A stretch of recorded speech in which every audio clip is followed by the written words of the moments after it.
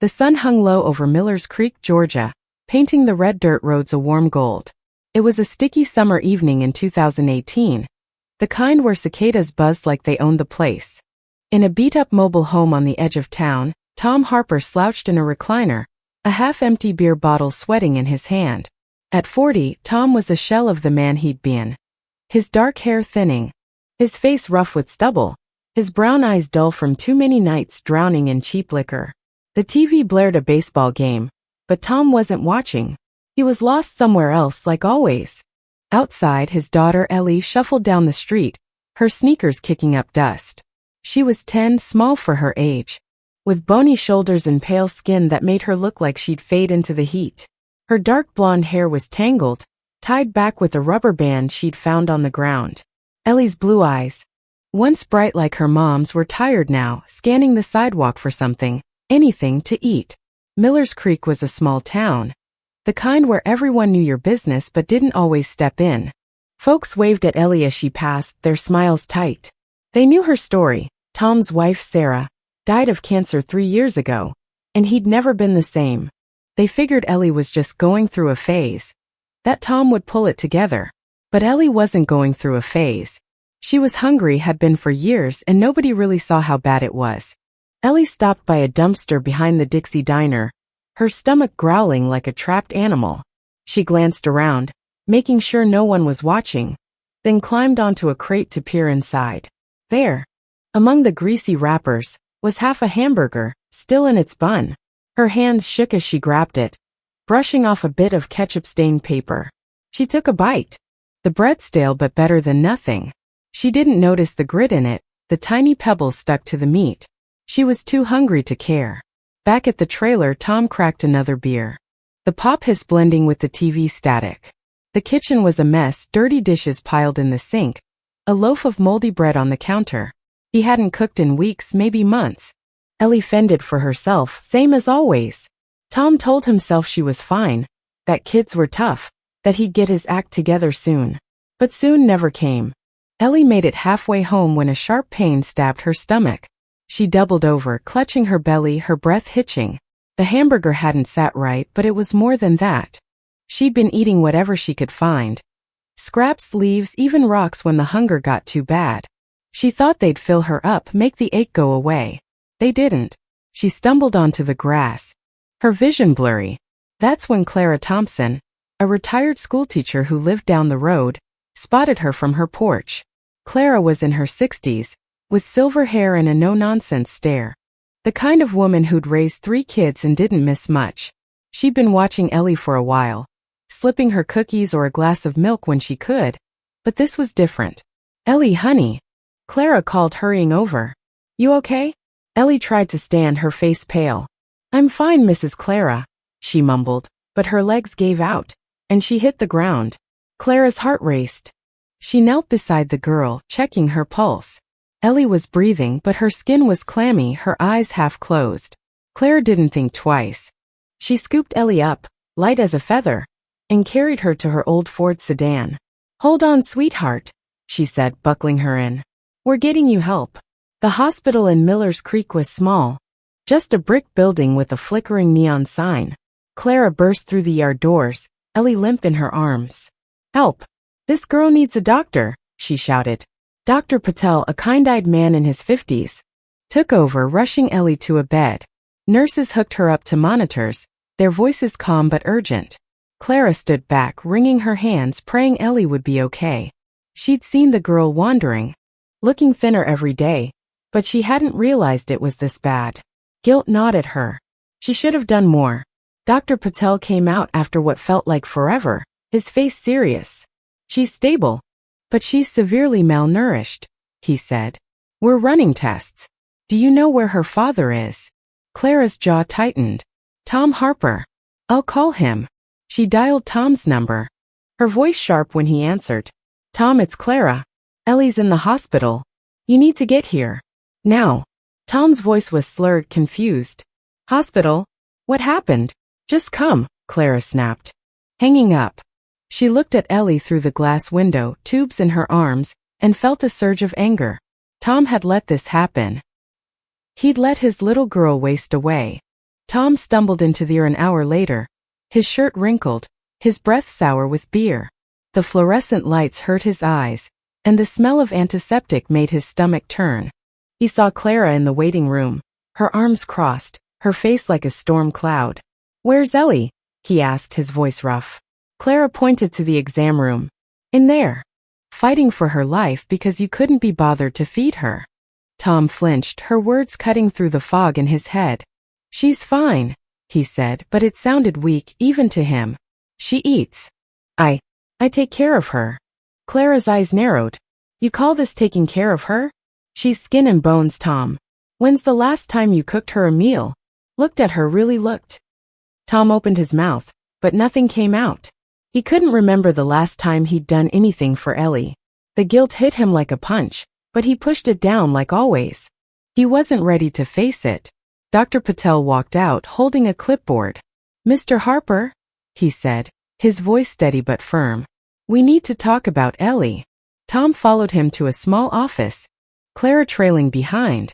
Dr. Patel pulled up an X-ray on a screen and Tom's breath caught. There in black and white was Ellie's stomach, filled with dark shapes, dozens of them, like a handful of marbles. What is that?" Tom asked, his voice barely a whisper. "Stones," Dr. Patel said. "Rocks, pebbles, sylvite crystals. Ellie's been eating them, likely for years. Her stomach's inflamed, and there's an infection. We need to operate soon." Tom's knees buckled. He grabbed the chair, his head spinning. Eating rocks? Why would she? Dr. Patel's eyes softened, but his words were blunt. "She was hungry, Mr. Harper. Starving. Kids do desperate things when they're not cared for." Clara's hand went to her mouth, tears spilling. Tom stared at the X-ray. The stones like a map of his failure. He saw Ellie in his mind, her small face, her quiet voice, the way she never complained. He'd left her to fend for herself, and this was the result. "I didn't know," he said, his voice breaking. "I didn't. I thought she was okay." Dr. Patel nodded, but there was no pity in his eyes. "We're prepping her for surgery. You can see her now. But she's weak. Be gentle." Tom nodded, his throat tight. He walked to Ellie's room, each step heavier than the last. She was on the bed, her eyes closed and four dripping into her arm. She looked so small, so fragile, like a bird that might never fly again. Tom sat beside her, his hands shaking. "Ellie," he whispered, his voice cracking. "I'm so sorry." Her eyes fluttered open, and she gave him a weak smile. "It's okay, Daddy," she said, her voice barely there. "I didn't want to make you mad." Tom's heart shattered. He took her hand, tears spilling down his face. He'd failed her, worse than he'd ever imagined. But seeing her like this, so brave despite everything, lit something in him. A spark, maybe. "Promise.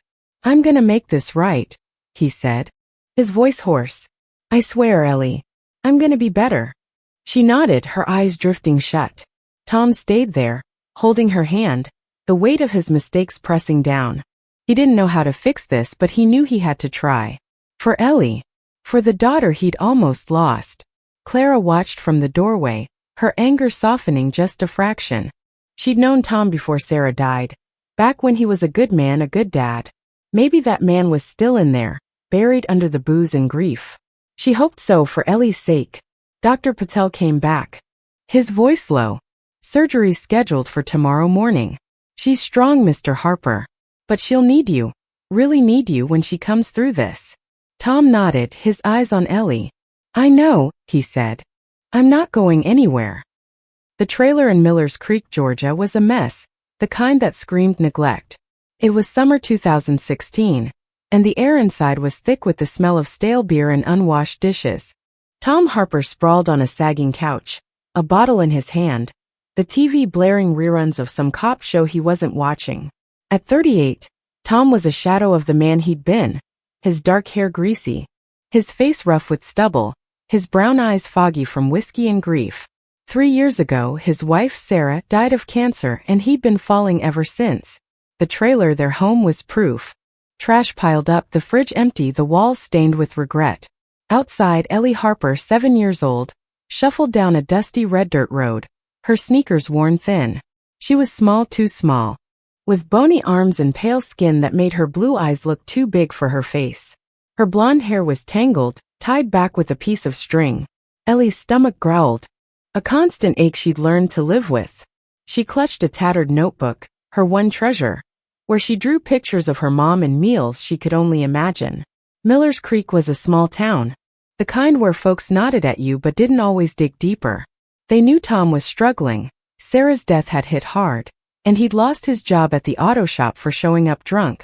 People saw Ellie wandering, her clothes dirty, but they figured she was okay. Kids were tough, right? Besides, Tom would pull through. That's what they told themselves. Ellie didn't have time for their excuses. She was hungry, and hunger didn't wait. She headed to the alley behind the Dixie Diner, a place she'd learned to check for scraps. The dumpster smelled like grease and rot, but she climbed onto a crate, peering inside. There, half buried under napkins, was a piece of cornbread, dry but untouched. Her hands shook as she grabbed it, brushing off a speck of dirt. She took a bite, the crumbs rough but better than nothing. She didn't notice the tiny grit mixed in. A pebble stuck to the crust. She was too hungry to care. 3 years earlier, in 2015, things hadn't been so bad. Tom was a mechanic, steady and proud, coming home to Sarah's laugh and Ellie's hugs. They'd eat dinner together, spaghetti or fried chicken, Sarah's recipes filling the trailer with warmth. Ellie, for then, would chatter about her day, her pigtails bouncing. Tom would lift her onto his shoulders, calling her kiddo, promising ice cream on weekends. Sarah's diagnosis changed everything. Cancer, fast and cruel, took her in 6 months. Tom watched her fade, his world crumbling. At the funeral, he held Ellie's hand, her small face confused, her questions. Where's Mommy? Breaking him. He promised to take care of her. But grief was a thief. It stole his strength, his hope, his will. He started drinking to numb the pain, just a beer at first, then a bottle, then more. Work slipped, then vanished. Ellie slipped too. But he didn't see it. He was too far gone. By 2016, Tom was a stranger in his own home. He'd wake up late, head pounding, and stumble to the couch. Ellie learned to stay quiet, to avoid his moods. When he was sober, he'd mumble, "You okay, kiddo?" And she'd nod, not wanting to upset him. When he was drunk, he'd snap, "Go play outside," or just ignore her. Ellie stopped asking for food. She knew there wasn't any. She started scavenging, at first just sneaking snacks from school. A cracker from a friend's lunch, an apple left on a tray. But school was out for summer, and the trailer's cabinets were bare. Ellie got creative. She'd check the park, the gas station, the diner's alley. She'd find half a sandwich, a soggy fry, once even a candy bar. Its wrapper torn, but the chocolate still good. Each find was a victory, a secret she kept from Tom. She didn't want him to know how bad it was.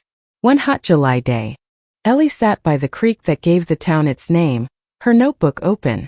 She was drawing a plate of pancakes, the kind Sarah used to make, with syrup dripping off the edges. Her stomach growled, loud enough to scare a bird nearby. She hadn't eaten since yesterday, a stale donut from a trash can. The hunger was a claw, digging deeper every day. She looked at the creek, the water glinting in the sun. Beside it, a pile of smooth pebbles caught her eye, round and shiny like candies. Ellie picked one up, rolling it in her hand. She'd seen kids eat weird stuff, dirt, chalk, and they were fine. Maybe this would help. Maybe it would fill the hole inside her. She put the pebble in her mouth, its surface cold against her tongue. She swallowed, wincing as it scraped her throat. Her stomach twisted, but she felt something.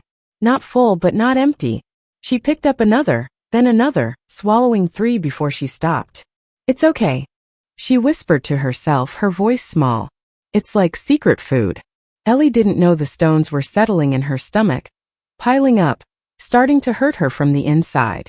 She just knew they were there, and that was enough to keep going. She tucked the notebook under her arm and headed home, her steps slow. Rusty, a scruffy stray dog who'd started following her, trotted behind, his tail wagging. Ellie scratched his ears, smiling. "You get it, don't you?" she said. Rusty whined like he did. Clara Thompson, a retired schoolteacher with silver hair and a sharp eye, had been watching Ellie. She lived down the road, her porch a perch for keeping tabs on the neighborhood. Clara had taught Tom in high school, back when he was a good kid full of promise. She'd watched him fall apart after Sarah died. But it was Ellie who worried her most. The girl was too thin, her eyes too old for 7. Clara started leaving snacks on her porch, cookies and apple a granola bar, knowing Ellie would find them. Sometimes she'd call Ellie over, offering milk or a sandwich, but Ellie was skittish, always rushing back to Tom. One evening, Clara caught Ellie digging through her trash can, pulling out a banana peel. "Ellie, honey," Clara called, her heart sinking. "Come inside. I've got real food." Ellie froze, her cheeks red. "I'm okay, Mrs. Clara," she mumbled, but her hands shook. Clara wouldn't take no for an answer. She brought her in, made her a peanut butter sandwich, and watched her eat like it was her first meal in days. "Where's your dad?" Clara asked, keeping her voice gentle. Ellie shrugged, her mouth full. "Home. He's tired." Clara's jaw tightened. Tired. That's what they all said about Tom. She decided then to talk to him, no matter how much he pushed back. The next day, she knocked on his door, her fists clenched. Tom answered, his shirt wrinkled, his breath sour. "What is it, Clara?" he asked, leaning against the frame. "It's Ellie," she said, her voice steady. "She's hungry, Tom. I caught her eating out of my trash. You gotta take care of her." Tom's eyes flashed, defensive. "She's my kid. I'm doing my best. You don't get to judge me." Clara didn't flinch. "Your best ain't enough. She's starving. Get it together or someone else will step in." Tom slammed the door, his heart racing. Someone else, social services, maybe. They'd take Ellie. And he'd lose her like he'd lost Sarah. He couldn't let that happen. But instead of checking on Ellie, he grabbed another beer, drowning the fear. She was fine, he told himself. She had to be. Ellie kept scavenging, her hunger relentless. She got better at it, knowing which dumpsters were safest, which days the diner threw out good scraps. But the stones became a habit, too. Not every day, but when the hunger was too loud, she'd find a pebble, swallow it, and wait for the ache to quiet. She didn't tell anyone, not even Rusty. It was her secret, her way to survive. She started collecting things, shiny rocks, bottle caps, a broken key, stashing them in a tin she called her treasure box. Each item was a piece of her world, proof she was still here.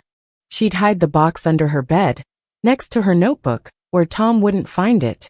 He never looked anyway. At school, Ellie was quiet, fading into the background. Her teacher, Miss Jane, noticed her thin frame, her tired eyes. Jane tried to help, slipping her snacks, asking about home, but Ellie was loyal. "Daddy's fine," she'd say, her smile forced. Jane called Tom, left messages, but he never answered. She didn't know about the stones, but she knew something was wrong. One night, Ellie came home late, her hands dirty from digging through a trash can. Tom was passed out on the couch, an empty bottle on the floor. She tiptoed past, her stomach twisting, not just from hunger, but from something new, a dull pain that wouldn't go away. She curled up on her mattress, clutching her notebook, and drew a picture of her mom, whispering, "I'm trying, Mommy." The pain grew, but Ellie hid it. She didn't want to bother Tom, didn't want to be a burden. She thought it was normal that hunger always hurt. She didn't know the stones were piling up, scraping her insides, starting to poison her body. Outside, Rusty sat by the trailer, whining softly. The town slept, unaware that a little girl was fighting to survive, and her father was too lost to see. The hospital in Millers Creek, Georgia, smelled of antiseptic and worry. It was summer 2018, and Ellie Harper, 10 years old, lay in a bed, her small frame hooked to and fore, waiting for surgery. Her stomach was full of stones, literal rocks she'd eaten to quiet her hunger. Her father, Tom Harper, sat beside her, his hands gripping hers, his face etched with guilt. 40. Tom was a broken man, his years of drinking and neglect catching up to him. The X-ray of Ellie's stomach, littered with pebbles, was a mirror he couldn't look away from. He'd failed his daughter, and now she was paying the price. Ellie's eyes fluttered open, her voice weak. "Daddy, will it hurt?" she asked, meaning the surgery. Tom's throat tightened. "The doctors'll take care of you, kiddo. You're tough. Toughest girl I know." He forced a smile, but his heart was breaking. He'd promised her last night he'd change, but words felt hollow now. Ellie needed more than promises. She needed a dad. Outside the room, Clara Thompson, the retired teacher who'd brought Ellie here, paced the hall. Her silver hair was pulled back, her eyes sharp with worry and anger. She'd watched Ellie waste away for years, given her snacks when she could, but it wasn't enough. She blamed herself almost as much as she blamed Tom. The whole town did in a way. Miller's Creek was small, tight-knit, but they'd all looked the other way, thinking Tom's grief would pass, that Ellie would be fine. They were wrong. 2 years earlier, in 2016, Ellie was 8, and her world was a maze of hunger and hope. Tom's drinking had gotten worse since losing his job at Joe's auto shop. He lived on odd jobs, fixing a neighbor's lawnmower, hauling scrap metal, but most of his cash went to whiskey. Their trailer was a wreck, trash piled up, the fridge empty except for ketchup packets and beer. Ellie, small and quiet, learned to tiptoe around her dad's moods. When he was sober, he'd ruffle her hair, call her kiddo. When he was drunk, he'd snap or just stare through her. Ellie's days were spent wandering Miller's Creek, her backpack slung over one shoulder. She'd head to the park, the creek, or the alley behind the Dixie Diner, always searching for something to eat. She'd gotten good at it, finding a half-eaten donut in a trash can, a bruised apple by the road. But food was scarce, and her hunger was a constant ache like a fist in her gut. One afternoon, she sat by the creek, her notebook open to a drawing of her mom, Sarah. The pencil shook in her hand, her stomach growling. She'd found nothing to eat that day, not even scraps. Nearby, a pile of smooth pebbles glinted in the sun. Ellie picked one up, rolling it between her fingers. It felt solid, real. She'd eaten rocks before, just a few, when the hunger got too loud. They didn't taste like anything, but they filled the emptiness, at least for a while. She slipped the pebble into her mouth, swallowing hard. It lodged in her throat for a second, then went down. Her stomach twisted, but she ignored it, picking up another. "It's okay," she whispered to Rusty, the stray dog who'd become her shadow. "It's like magic food. Keeps you full." Rusty tilted his head, whining.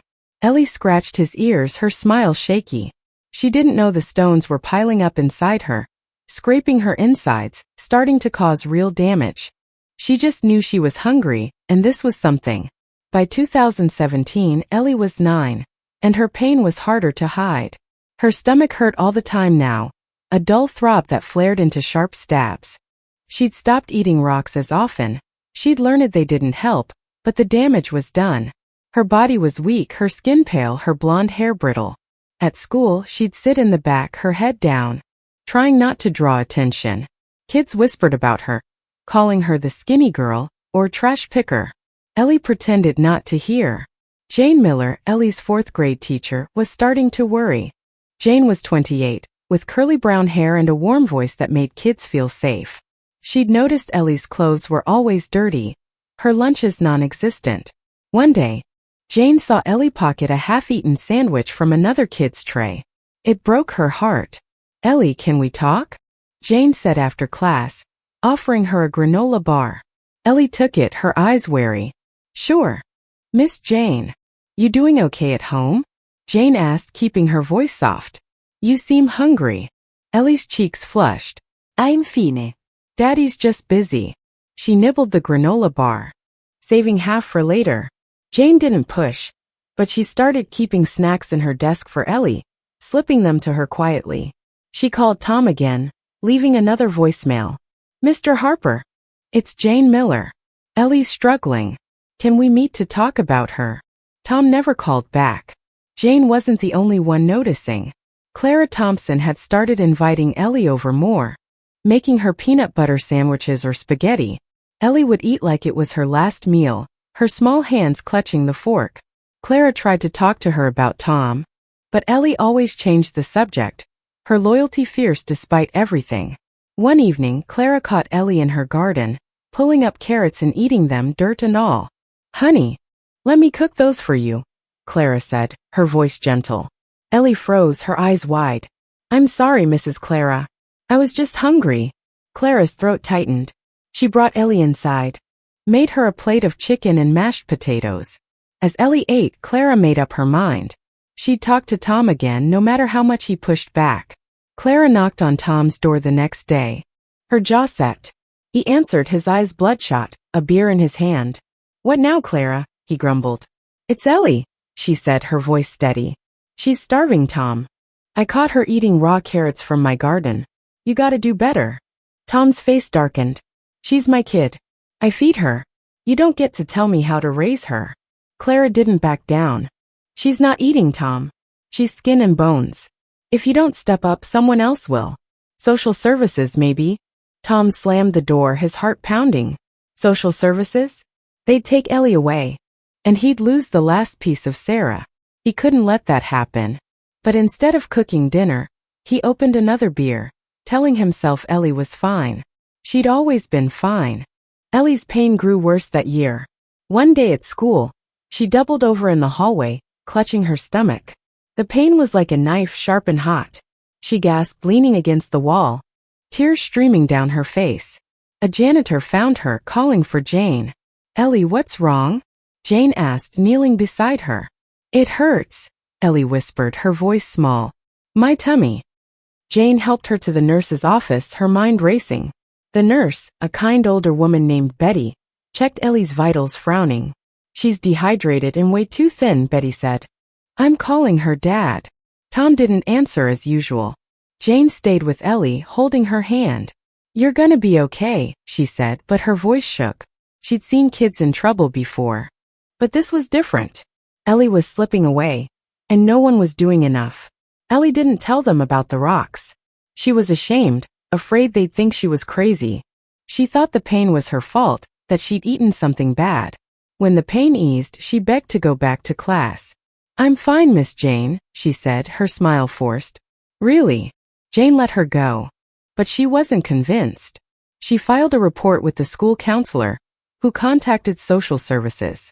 A caseworker visited the trailer, but Tom was sober that day. The place cleaned up just enough.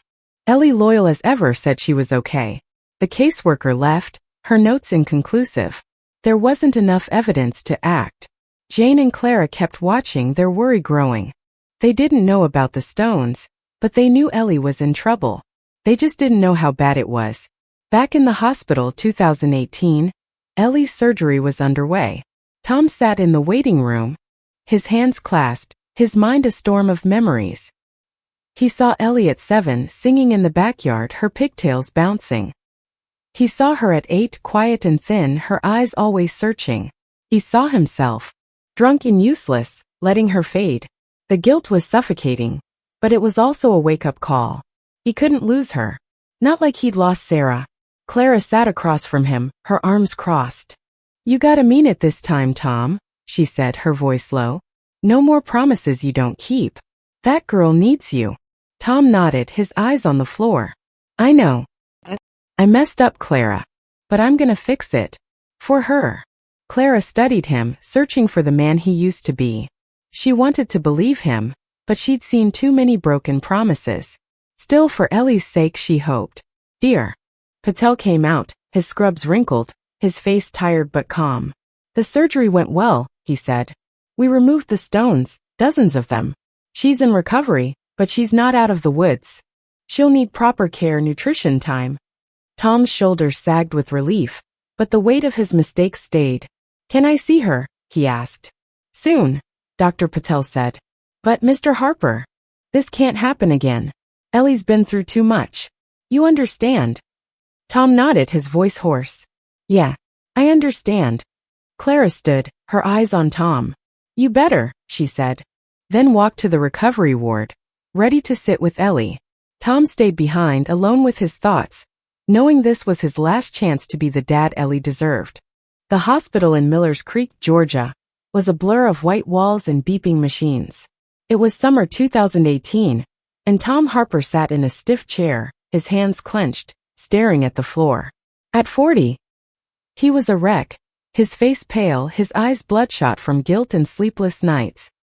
His daughter, Ellie, 10 years old and fragile as a leaf, was in recovery after surgery to remove dozens of stones from her stomach. Rocks. Pebbles she'd eaten to stop the hunger that Tom had let consume her. The X-ray image haunted him. Dark shapes crowding her tiny body, proof of how badly he'd failed. Clara Thompson, the retired teacher who'd saved Ellie, stood by the window, her silver hair catching the light. Her arms were crossed, her face a mix of worry and resolve. She'd been watching Ellie fade for years, giving her snacks, trying to talk to Tom. But it wasn't enough. Now, with Ellie fighting for her life, Clara felt the weight of her own inaction. She glanced at Tom, wondering if he'd finally step up or break completely. Dr. Patel, the doctor who'd operated on Ellie, came back, his scrubs rumpled but his voice steady. "She's stable," he said, looking at Tom. "The surgery was successful, but she's weak. Malnutrition.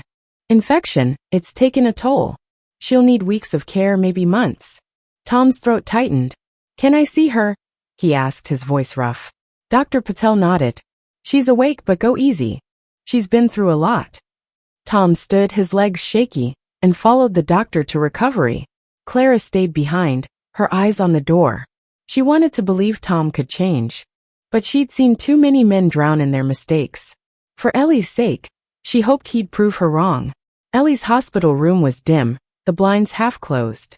She lay in bed, and dripping into her arm, her blonde hair spread thin on the pillow.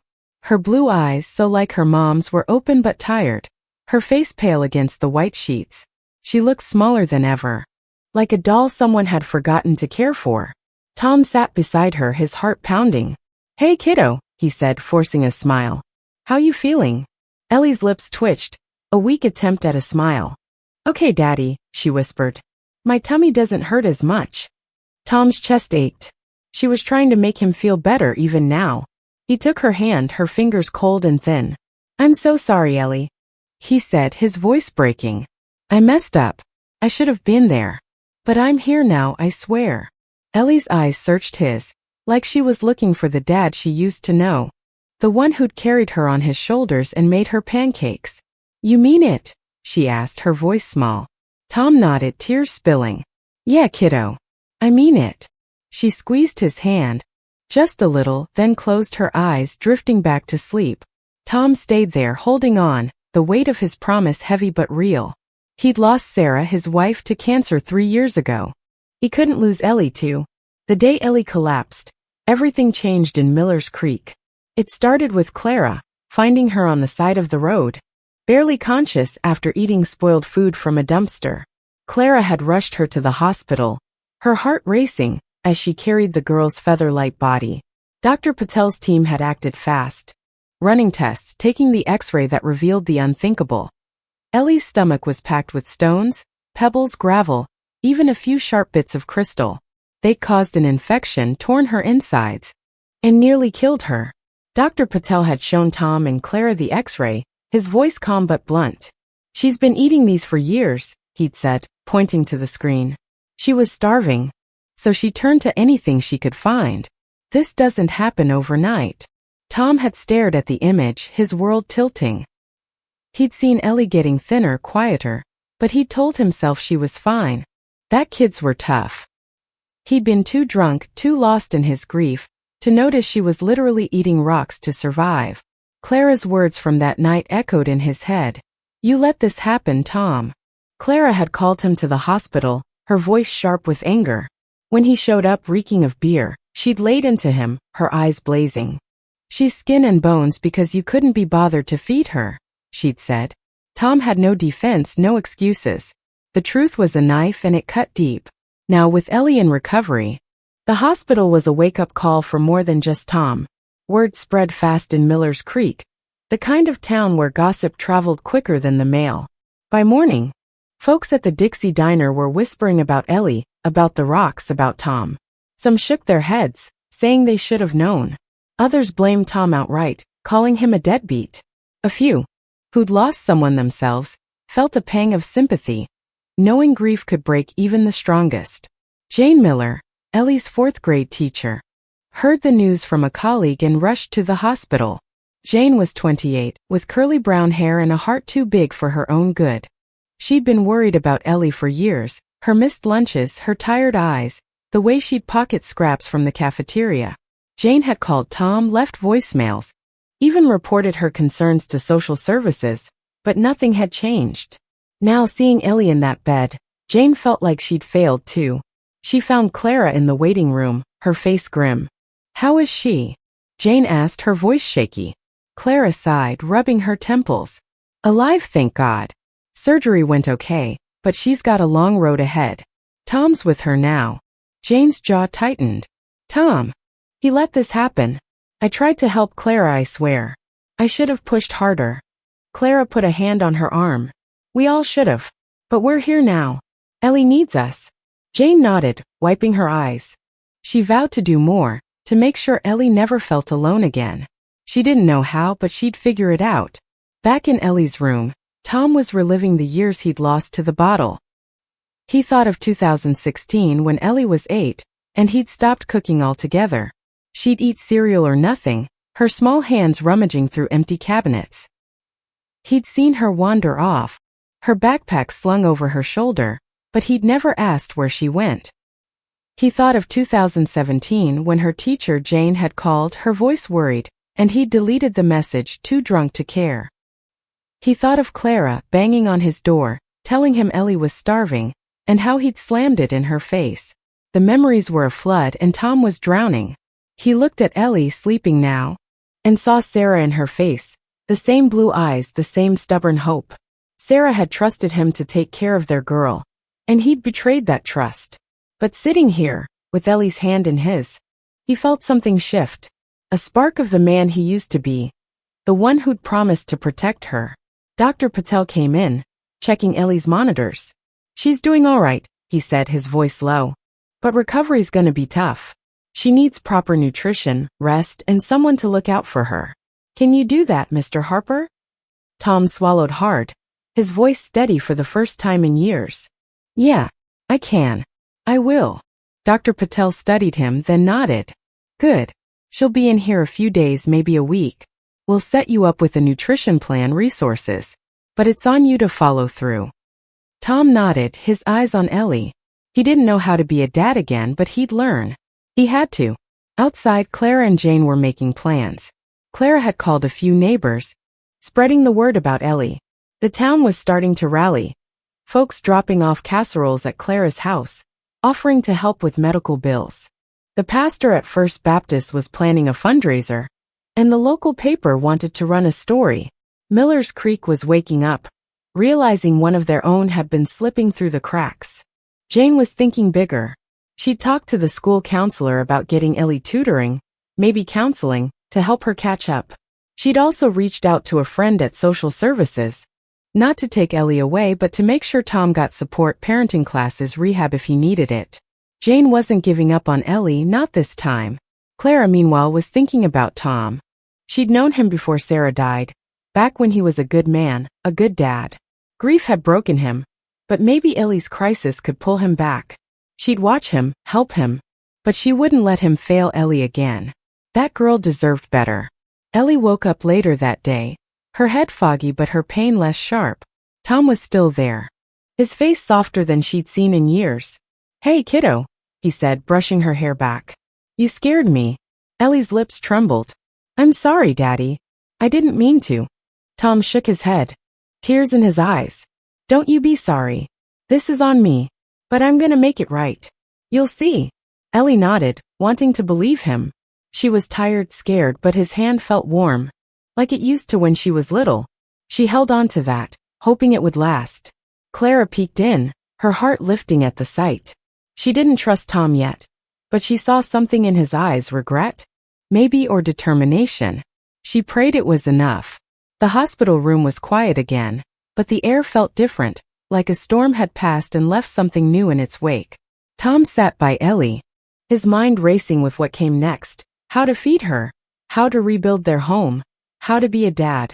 It was overwhelming, but for the first time in years, he wasn't reaching for a bottle. He was reaching for his daughter. The hospital room in Millers Creek, Georgia, was bathed in soft morning light, the kind that made everything feel a little gentler. It was late summer 2018, a week after Ellie Harper's surgery to remove the stone she'd eaten to quiet her hunger. At 10 years old, Ellie was a wisp of a girl, her blonde hair thin, her blue eyes cautious but brighter than they'd been. She sat up in bed, a tray of hospital food, oatmeal, applesauce, a cup of milk in front of her. She ate slowly, savoring each bite, like she was learning what food could be. Tom Harper, her father, stood by the window, his hands stuffed in his jeans pockets. At 40, he was still rough around the edges, stubble on his face, dark circles under his eyes. But he was sober, and that was new. The X-ray of Ellie's stomach, packed with rocks, had been a slap in the face, waking him from years of drunken neglect. He'd let his daughter starve, and the guilt was a weight he'd carry forever. But he'd promised to make it right, and for the first time he meant it. Clara Thompson, the retired teacher who'd saved Ellie, popped her head in, a smile softening her stern face. "How's our girl doing?" she asked, setting a small teddy bear on Ellie's tray. Ellie's face lit up. "Better, Mrs. Clara. This is cute." She hugged the bear, her voice stronger than it had been. Clara glanced at Tom, her eyes searching. She'd known him when he was a good dad, before his wife Sarah's death sent him spiraling. She wanted to believe he could come back, but trust was hard-won. "You holding up, Tom?" she asked. Tom nodded, his voice low. "Trying. Gotta be here for her." Clara gave him a long look, then nodded. "Good. Keep at it." Ellie nibbled her oatmeal, watching them. She didn't say much, but she felt the shift. Her dad was different. Present in a way he hadn't been since her mom died. She wanted to believe it would last, but part of her was still scared, waiting for the old Tom to return. The days after Ellie's surgery were a blur of tests and talks. Dr. Patel, the doctor who'd saved her, laid out a plan. High-calorie meals, vitamins, regular checkups. "She's malnourished," he told Tom, his voice firm but kind. "It'll take time to rebuild her strength. You'll need to cook for her, make sure she eats. Can you handle that?" Tom's stomach nodded, but he nodded. "Yeah, I'll figure it out." Dr. Patel handed him a folder with recipes and a number for a nutritionist. "There's a support group in town for parents too. Might help." Tom took the folder, his hands unsteady. Cooking? Support groups? He hadn't cooked since Sarah was alive, and the idea of sitting in a circle talking about his screw-ups made his skin crawl. But for Ellie, he'd try. He had to. Back at the trailer, things were different too. Clara had rallied the neighbors, and they cleaned the place up while Tom was at the hospital. The dishes were washed, the trash gone. The fridge stocked with groceries, milk, eggs, bread, even some fresh fruit. A note on the counter, signed by half the block, read, "For Ellie. We're here." Tom stared at it, his throat tight. Miller's Creek was stepping up, and it made him feel both grateful and ashamed. They were doing what he should have done all along. When Ellie was discharged, Tom brought her home. Her steps slow but steady. She looked around the trailer, her eyes wide. "It's so clean," she said, a small smile breaking through. Tom rubbed the back of his neck, awkward. "Yeah. The neighbors helped. You hungry? I can make something." Ellie nodded, cautious. "Okay." Tom opened the fridge, staring at the contents like they were a puzzle. He settled on scrambled eggs, simple, something he remembered from when Sarah taught him. His hand shook as he cracked the eggs, yolk splattering on the counter. He cursed under his breath, then glanced at Ellie, who was watching from the couch. "It's okay, Daddy," she said, her voice soft. "I like eggs." Tom's heart twisted. She was cheering him on even now. He managed a lumpy plate of eggs, setting it in front of her with a glass of milk. Ellie ate every bite, her eyes on him like she was testing if this was real. Tom sat across from her, watching, a flicker of pride mixing with his guilt. It wasn't much, but it was a start. Tom knew he couldn't do this alone. The next day, he drove to the community center, a squat brick building by the church. Clara had pushed him to check out the support group Dr. Patel mentioned, a place for parents dealing with tough stuff, addiction, grief, whatever. Tom wasn't big on sharing, but he owed Ellie more than pride. The group was small, maybe 10 people in a circle of folding chairs. The leader, a guy named Mike, was a recovering alcoholic with a gravelly voice and a kind smile. "Just listen if you want," Mike said, sensing Tom's nerves. "No pressure." Tom sat, arms crossed, feeling like a fish out of water. People shared stories, losing jobs, fighting demons, trying to be better for their kids.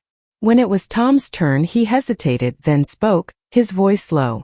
"My daughter Ellie, she was eating rocks. 'Cause I wasn't feeding her. I was drunk, lost in my own mess. She almost died." The room was quiet but not judging. Mike nodded, his eyes steady.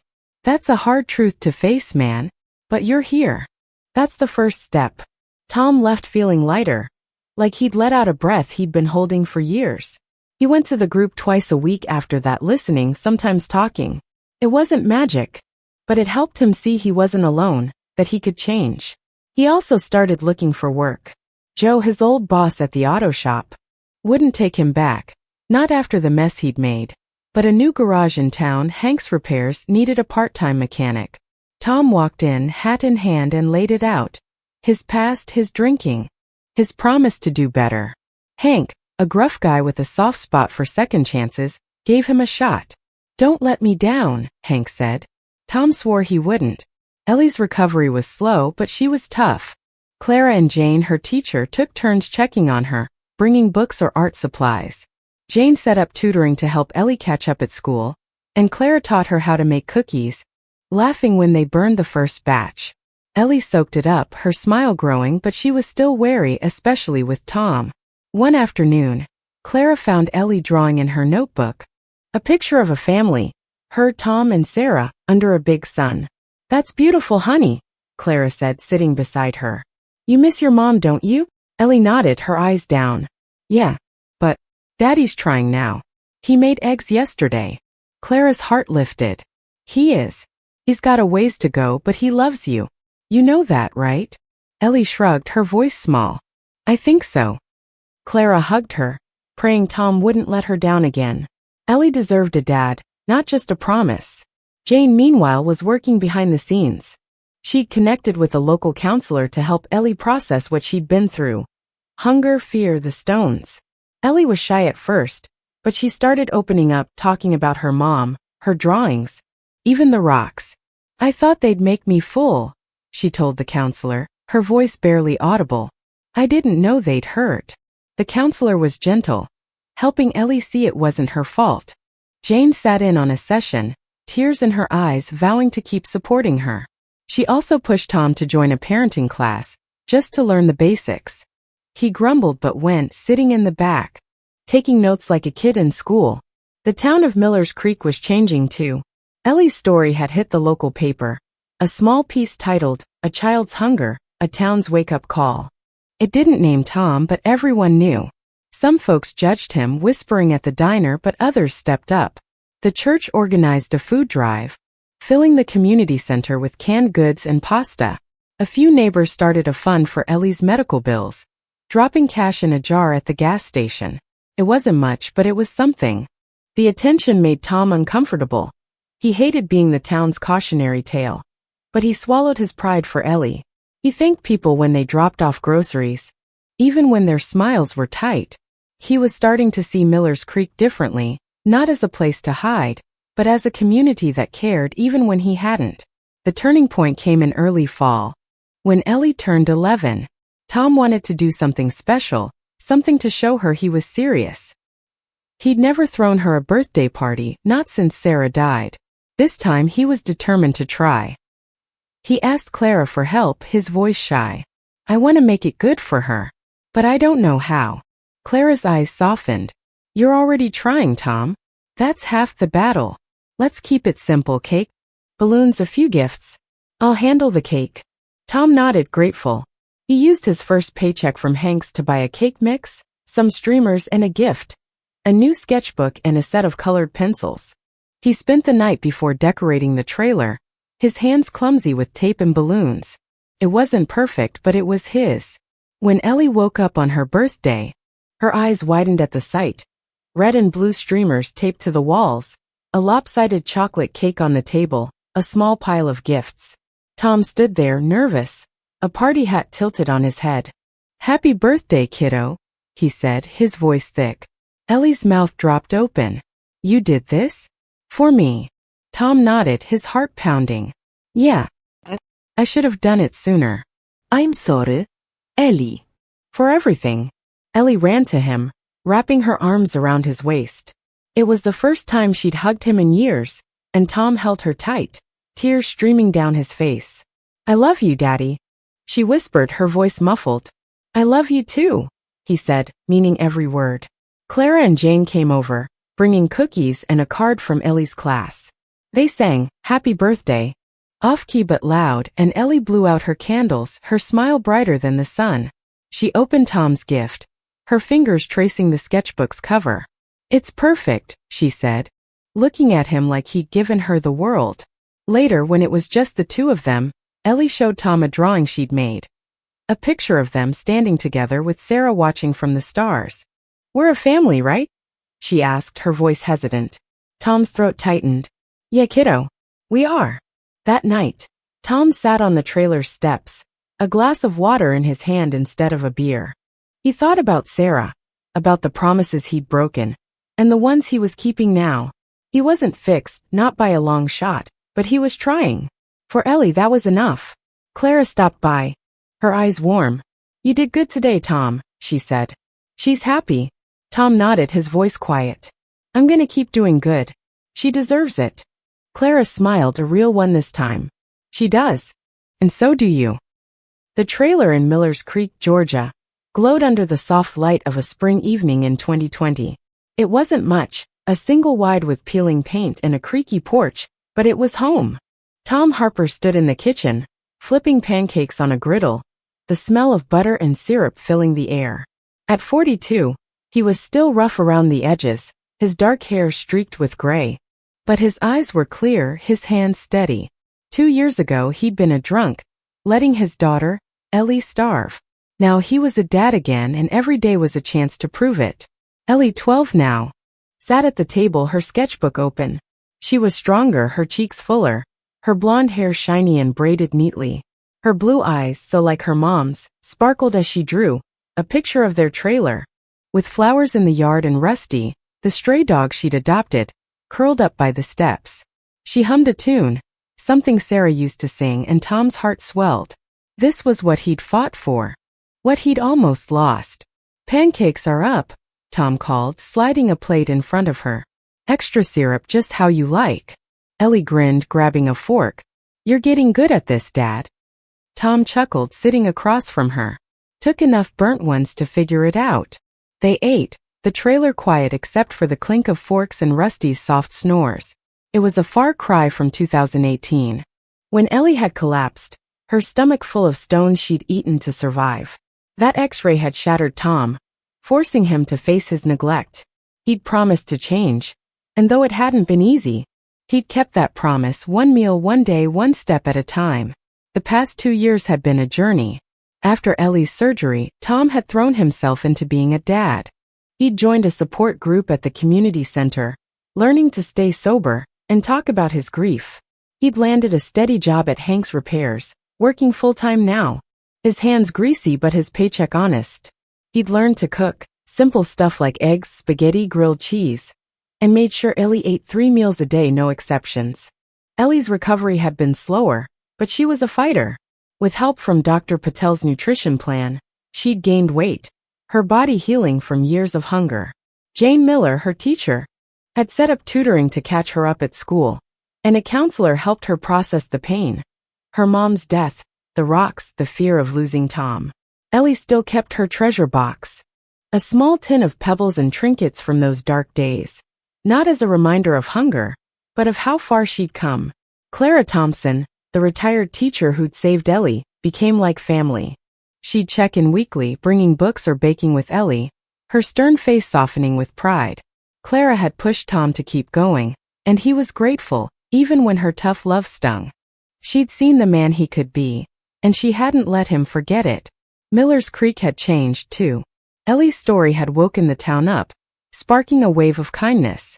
A few neighbors still whispered about Tom, but most saw his effort, his sober steps, his packed lunches for Ellie, his quiet thank yous at the grocery store.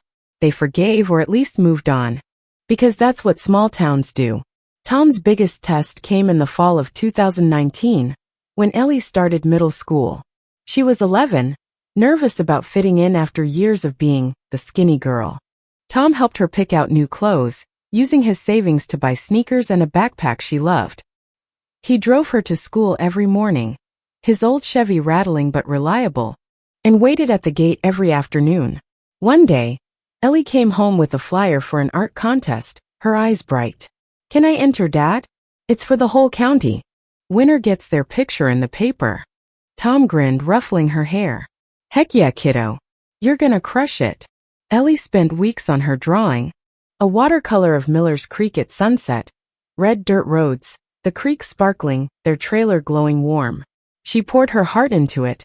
Every brushstroke a piece of her story. Tom framed it in his mind before she even submitted it, hanging it above the couch in his head. When the results came, Ellie won first place.